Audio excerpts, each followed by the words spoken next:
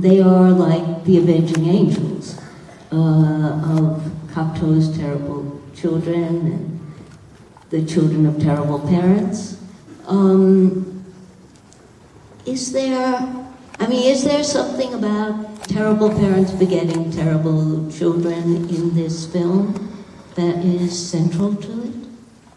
Well, Bruce, you Yeah. wrote the thing. It certainly is true in my case.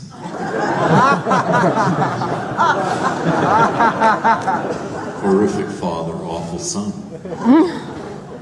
I don't know. In my work, I've always been overly concerned and focused on damaged children.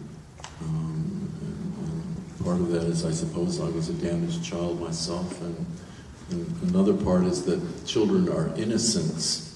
And I always find that a wonderful way into a narrative. It's rather a classic way into a narrative.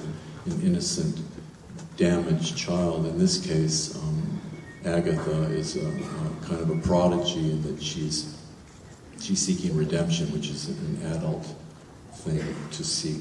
So I'm just mesmerized by the precocity of children and the poignance of the damage that is done.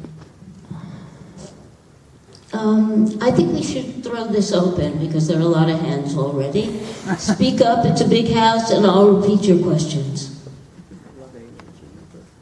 Yeah. Can you tell me if when it goes out for general release, are you going to cut out some of the scenes or get a different type rating? It was a wonderful show, and thank you all. Okay, is this film going to be cut so it can be released, so it can get general ratings? I think this film is an R film. No, this is, yes, Yeah. it didn't even get an NC-17, so it's, I think, given what you can see in movies these days, it's just not that extreme. It's not considered that extreme, so it will be, there's no problem, really. That's the father I wanted. You know, he calls me every day. Yeah, another hand somewhere. Yeah. So Mr. Cronenberg, I think it's safe to assume that you haven't given up working in the horror genre.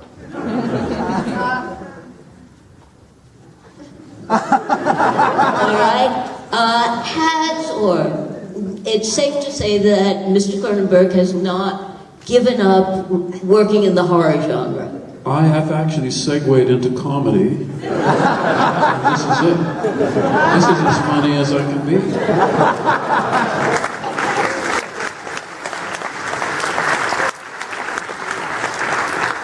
Well, I would disagree with that because Mr. Cronenberg has written an extraordinary novel called Consumed, which is going to be published on the 30th of this month, and it is so funny that I just laughed out loud all over the New York City subway, and people kept saying, "What are you reading that you're laughing that much?" I never stopped laughing for all 300 pages.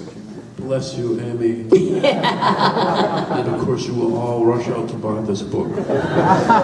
Because you can't say that you've seen Cronenberg until you've read it.